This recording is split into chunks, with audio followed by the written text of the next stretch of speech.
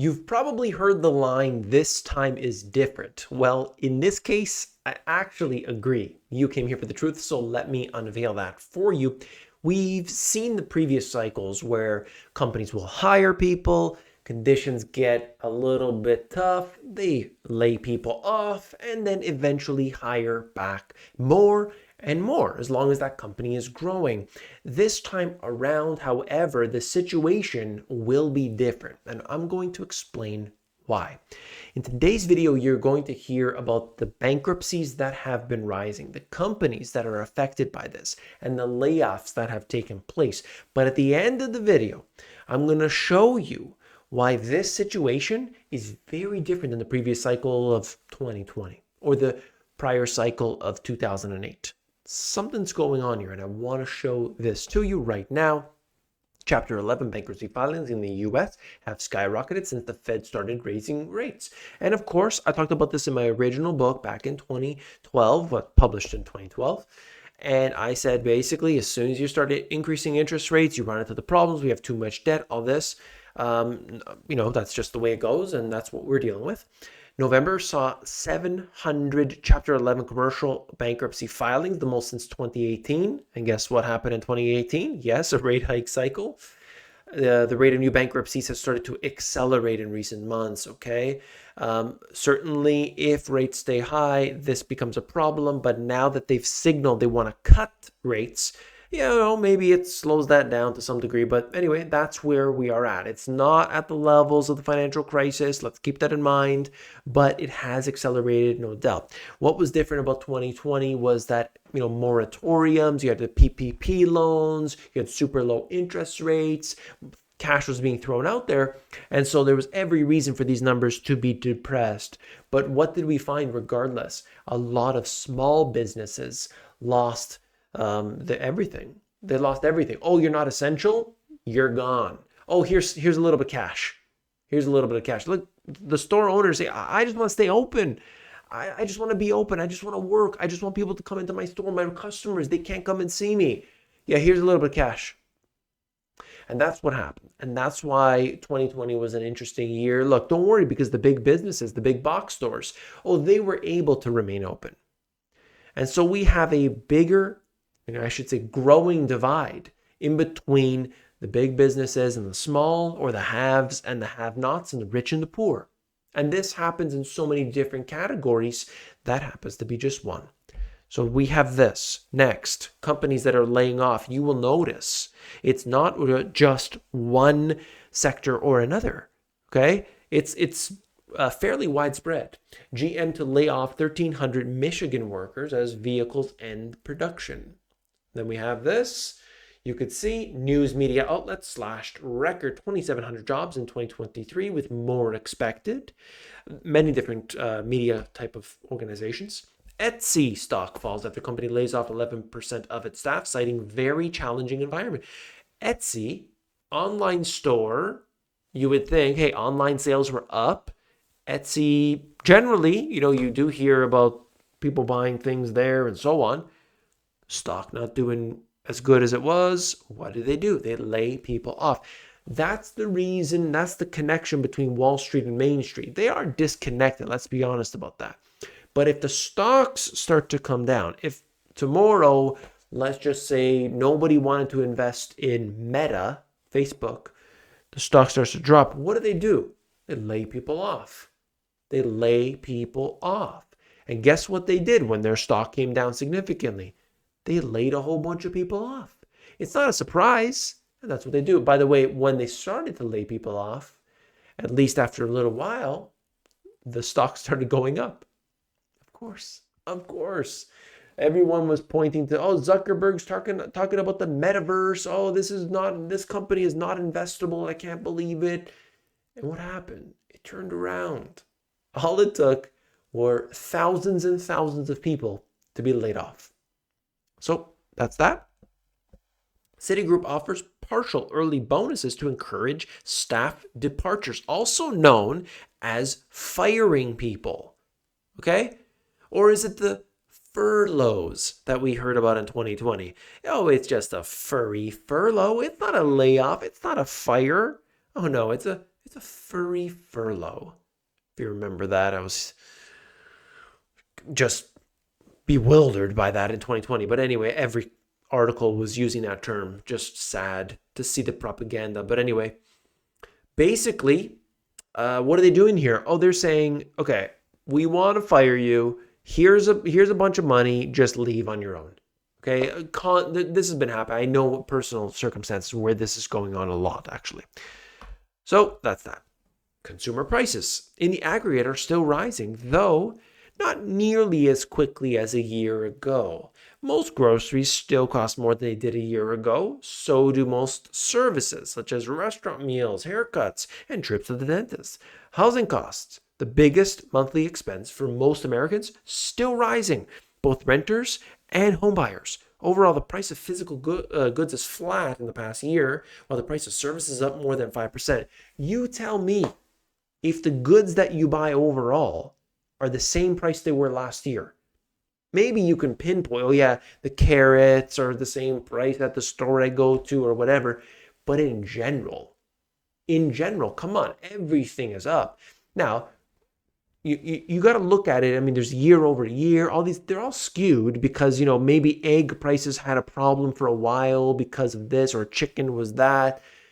You got to kind of spread that out and look at it overall. Let's be clear. From 2018 into 2019, it was the usual, yeah, it's inflation, man, it sucks. We moved into 2020, 2021, 2022. Oh my goodness, it was climbing. It seemed like, whether it's Canada, US, Australia, it seemed like you were in a developing country where, you thought to yourself, maybe I should buy more of those beans because I think they're going to be either in shortage or the price is going to go up considerably. So I might as well buy it now. That doesn't, historically doesn't happen very often in Western countries. And yet, what happened?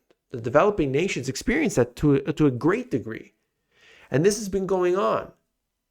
So at the same time we're having layoffs, we're having this weakness, we're having the bankruptcies of corporations and so on, we've got prices that are rising.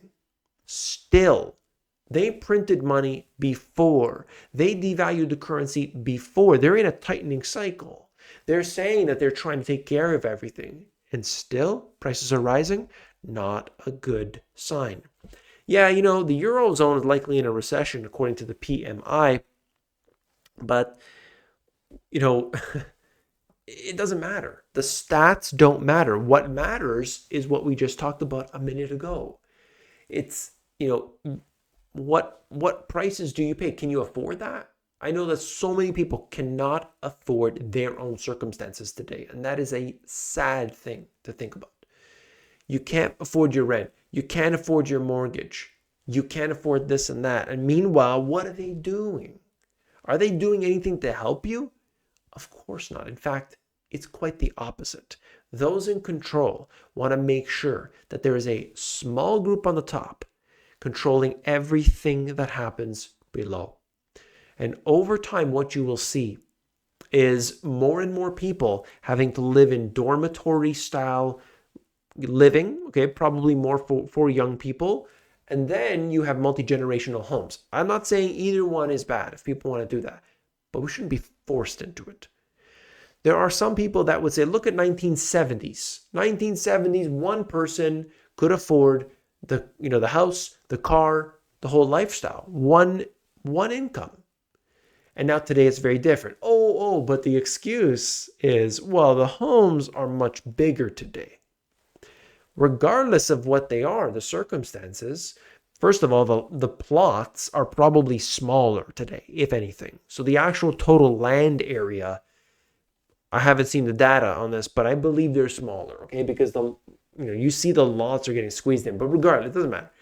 The point is that, the average home, the average salary or median salary and things, it's not adding up. It's not adding up. And this is going to be worse in a few years rather than looking at it from today. You think it's going to get better? Oh, no. And so you ask the question, what happens next cycle? Well, this is the problem. Oh, great. Now, debt collectors are embracing AI too. AI-powered tools are helping collectors do things like negotiate debts and predict people's ability to pay. What about this? GM is struggling cruise business to cut 1/4 of its workforce. This is their self-driving cars. You have this.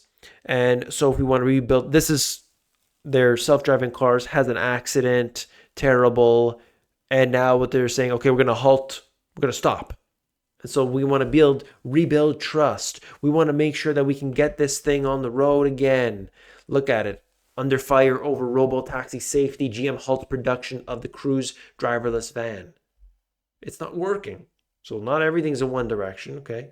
Deloitte is looking to AI to help avoid mass layoffs in the future, saying basically, look, we got people, but maybe one area we need more people than the other, and we're going to use AI to help us out on that. So you don't necessarily get to choose the job you want in the career that you desire or that you went to school for, you spent all that money, got in all that debt. We got another job for you. Listen, look, the floors need some cleaning. So how do you feel about that? That's what they're going to do. And McDonald's taps Google Cloud to supersize analytics and AI.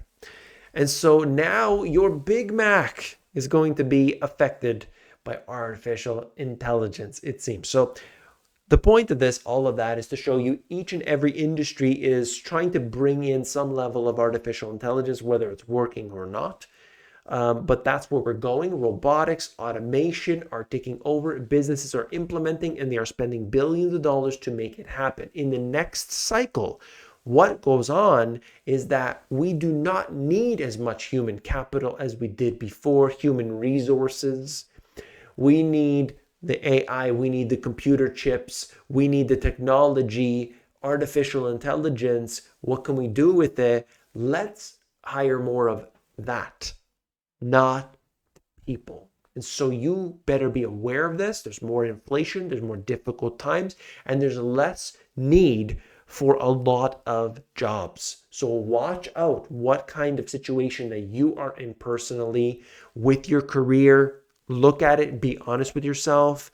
And I think that for a lot of people, they better be aware of this. Look, if you want to be able to actually be ahead of the curve, to get the information that is just not available out into the public, it's hard for me to do on the videos. I try my best, but directly connecting with me is the best way to do that.